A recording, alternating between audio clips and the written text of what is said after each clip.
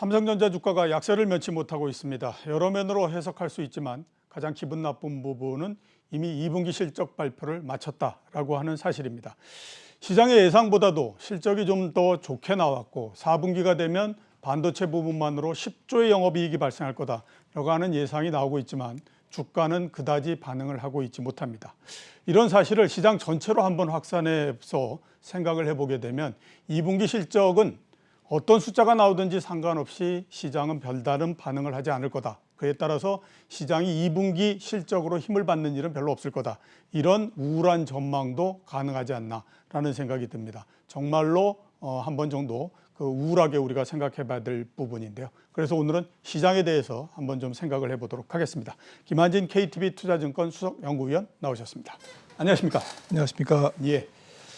자, 지금 시장이 3,300을 잠깐 넘었다가 다시 또 후퇴했다가 이런 상태에서 인기는 한데 국내 시장을 보면 힘이 좀 상당히 약해진다 이런 생각이 많이 듭니다. 국내 시장 어떻게 보십니까? 지금 포인트를 한번 좀 짚어보시죠. 네, 뭐 실적 말씀하셨습니다만은 2분기가 경제 지표라든지 기업 실적이라든지 이런 펀더멘탈 지표의 성장의 기울기 측면에서는 즉 전년 같은 기간 대비 증가율 측면에서는 뭐 가장 높을 수밖에 없는 그런 상황입니다. 그래서 이미 시점이 하반기로 넘어와 있기 때문에 시장의 시선은 하반기에 쏠려 있는 거고요. 일단 작년 같은 기간 대비 이런 증가율, 어떤 모멘텀의 둔화를 하반기에 이 경제 지표라든지 기업 실적이 얼만큼 선방하느냐, 조금 기대치를 웃도느냐, 증가율은 둔화되더라도 상반기보다 어쨌든 하반기에 이런 펀더멘탈 지표들의 어떤 그 지속성 여부 혹은 서프라이즈 여부에 초점을 두고 있는 것 같고요. 또 한 가지 측면은 이제 통화 정책이 좀 긴축적인 기조로 지금 바뀌어 가고 있습니다. 한국은행도 어쨌든 하반기 3번의 금통위 기간 중에 한 번 이상은 금리 인상을 조금 예고해 놓은 그런 상태이기 때문에 국내적으로 여러 중앙은행들이 긴축의 고삐를 이제 쬐기 시작하는 그런 시점에서 주식시장이 얼만큼 이 통화 긴축에 내성을 보이느냐 이런 이 두 가지 요인의 어떤 그 과제를 해결해야 되는 어떤 측면에 지금 놓여 있는데요. 그런 측면에서 시장이 조금 숨고르기를 지금 보이고 있는 것 같습니다. 시장이 좀 숨고르기를 보이고 있다 이렇게 말씀을 해주셨고, 자 2분기 실적이 이번 주서부터 정말로 이제 본격화됩니다. 이전에 그 7월 초에 삼성전자하고 LG전자가 발표한 거는 어떻게 생각하면 이제 예고편인 것 같고 이번 주서부터 굉장히 이제 특징적인 이 본격화되는 형태인데 이번 2분기 실적이 시장에 어떻게 영향을 줄 거라고 보십니까? 지금 대형주들이 상당히 좀 침체돼 있고 그러는데 그걸 올릴 수 있는 역할을 할지 하는 것도 굉장히 중요하고 여러 면에서 아무튼 이번 2분기 실적은 관심을 많이 모을 수밖에 없다 이렇게 보이거든요. 2분기 실적에 대해서는 어떻게 지금 보십니까?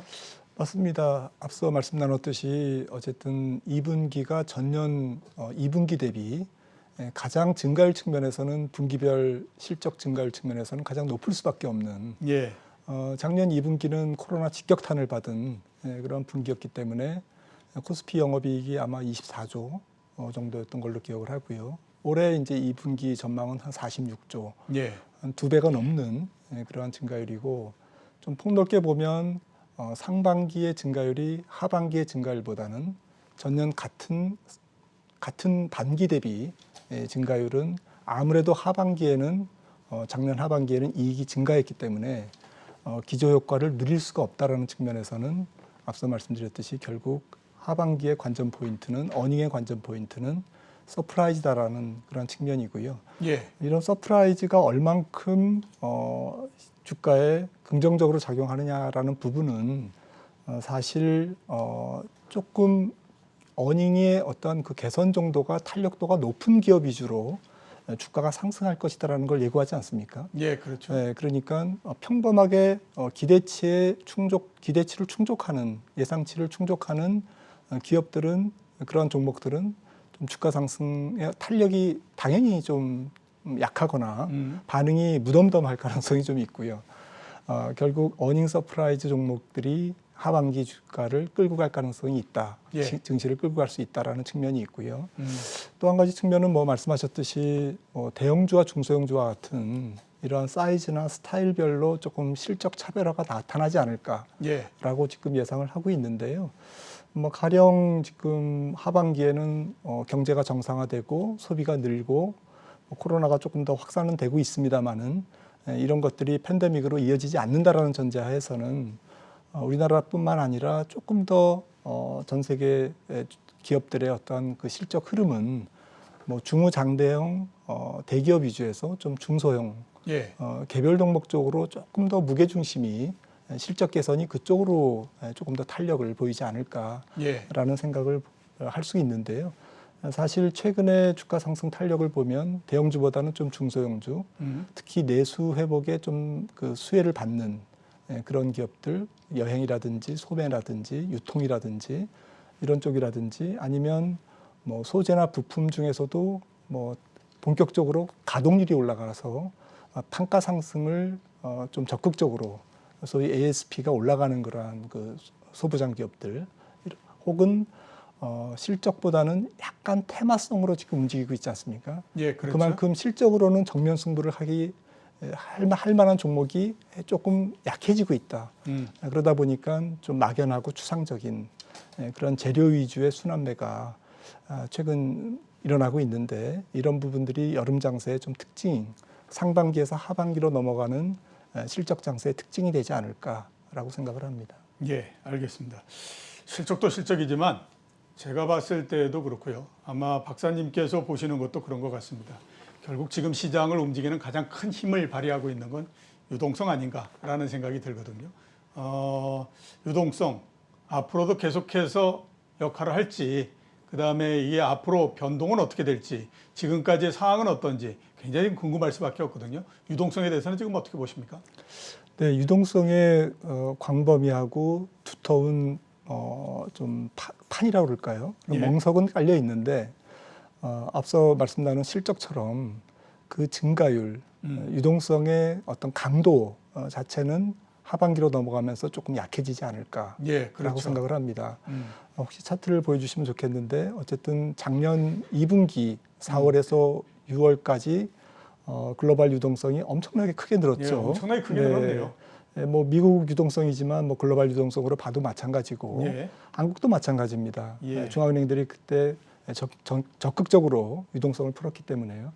이후에 하반기부터는 작년 하반기부터는 완만한 기울기로 어쨌거나 우상향하고 있습니다. 예. 그러니까 정리해서 말씀드리면 절대 유동성은 2분기가 피크였고 예. 증가율 측면에서 지금 작년 하반기부터 올해 넘어오면서부터는 증가세가 유지는 되고 있지만 예. 그 유동성의 증가율은 조금 완만해졌다. 예.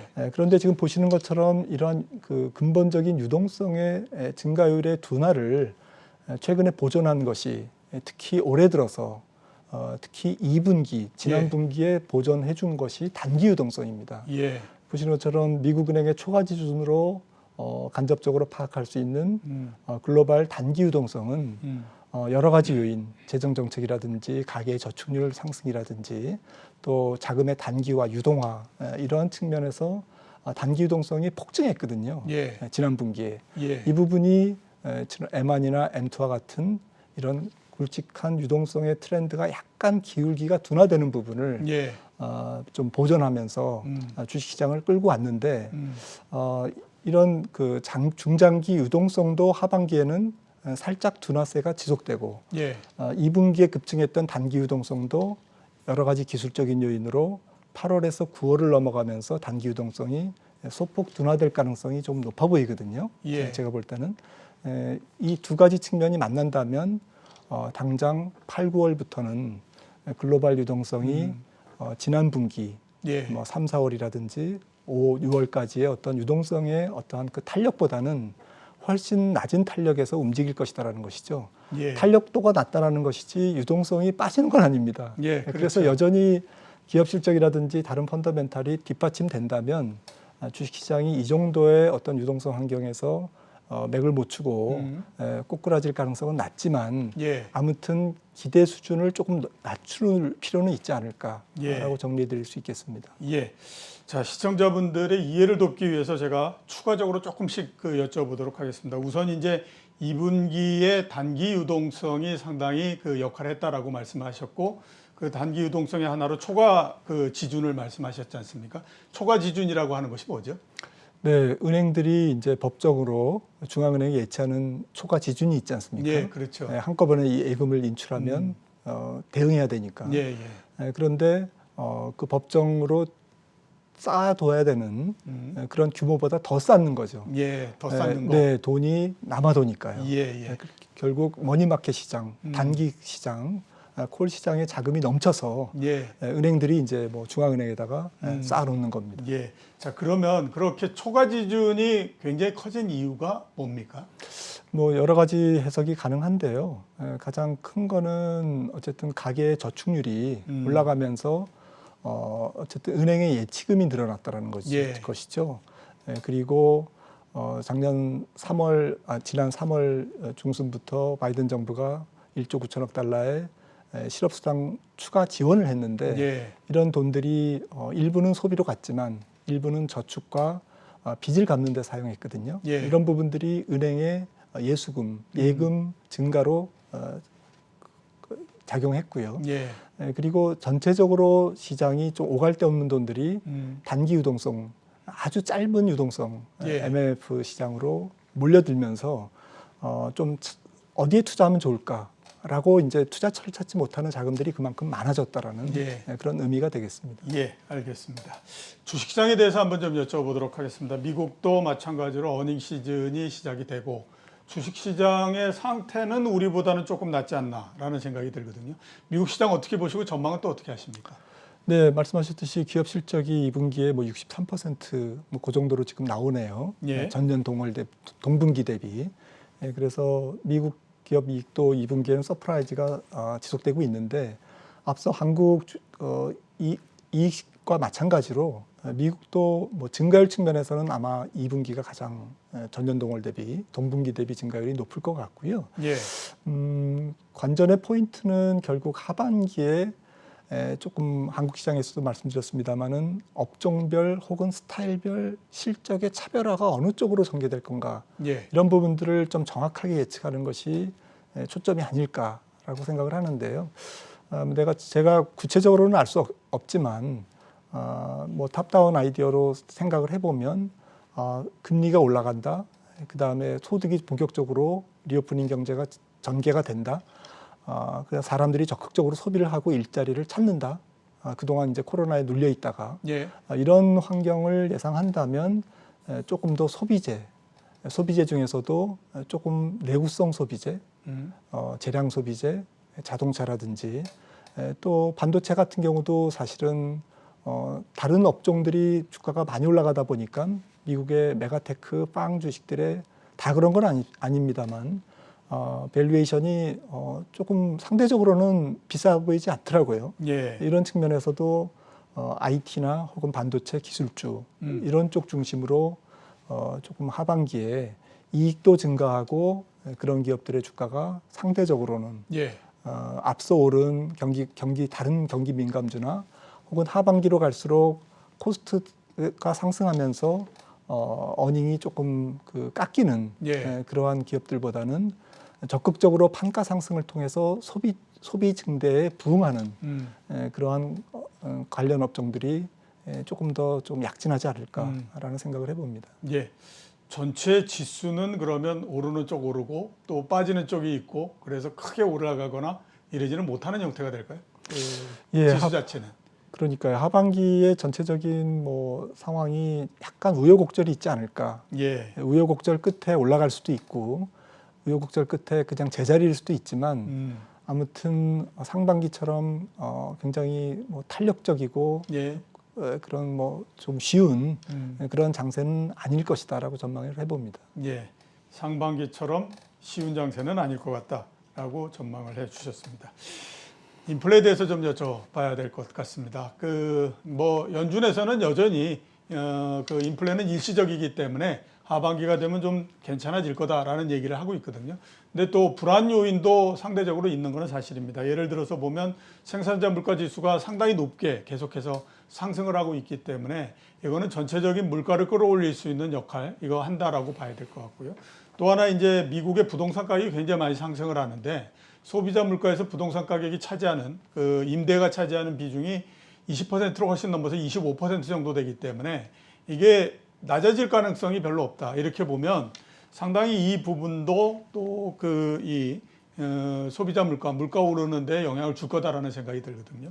하반기에 미국의 인플레 전망은 어떻게 지금 하십니까?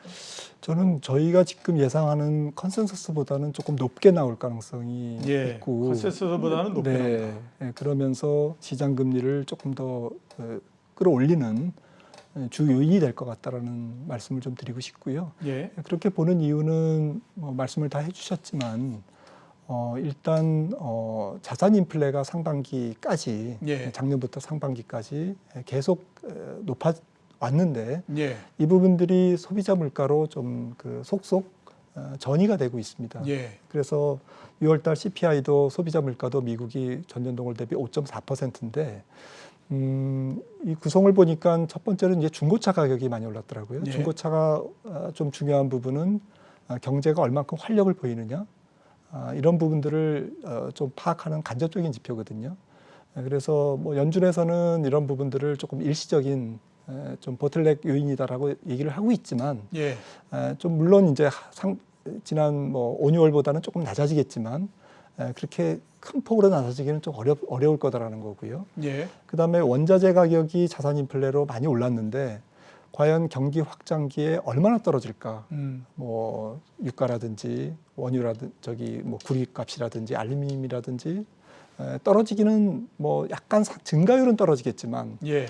절대 가격 자체가 큰 폭으로 떨어지기는 좀 어려울 것이다. 경기 확장 국면이기 때문에요. 예. 그렇다면 이 부분도 꾸준하게 소비자 물가에 전이를 시키지 않을까라고 생각을 하고 있고요. 예. 또 말씀하셨지만 주거 비용이 미국 소비자 물가의 40%를 차지하고 있는데 예. 집값이 최근에 미국이 엄청 더 올랐습니다. 그렇죠. 그런 상태에서 이 부분들이 주거비 상승으로 연결되고 또 사람들이 뭐 여행을 다니고 왔다 갔다 하다 보면 호텔이라든지 이런 비주거 이러한 그 서비스와 관련된 그러한 부동산 여러 가지 상가 비용이라든지 이런 임대료라든지 이런 부분들이 같이 올라갈 가능성이 있기 때문에 이런 부분들이 소비자 물가에 결코 우호적이지 않다라는 측면에서 하반기에 실제 물가는 예상보다는 조금 높게 전개가 되지 않을까 싶습니다. 예. 마지막 질문을 드리도록 하겠습니다. 원달러 환율에 대해서 한번 좀 여쭤봐야 될 것 같은데 1,200원까지 전망을 하셨습니다. 지금 1,150원대에서 걸려 있는데 이거를 뚫으면 그것도 제가 생각할 그때에도 가능할 것 같다라는 생각이 들거든요. 어떻게 전망을 해야 될까요? 환율에 대해서는. 네, 1,150원에서 1,200원으로 달려가는 이제 뭐 조금 다가가는 그런 국면이 이제 하반기 원달러 시장의 전반적인 흐름이라고 봤고요. 예. 1,200원을 넘어서서 추가적으로 약세를 보이는 것은 올해보다는 내년 정도로 넘어갈 것 같습니다. 왜냐하면 글로벌 달러가 조금 더 강세로 움직이는 것은 미국의 통화긴축이 한 걸음 더 나아가는 2022년이 돼야 가능할 것이기 때문에 원달러는 하반기에 1,150원에서 1,200원 사이에서 변동을 보일 것 같습니다. 예, 알겠습니다. 오늘 나와주셔서 감사합니다. 예, 지금까지 김한진 KTB 투자증권 수석 연구위원이었습니다.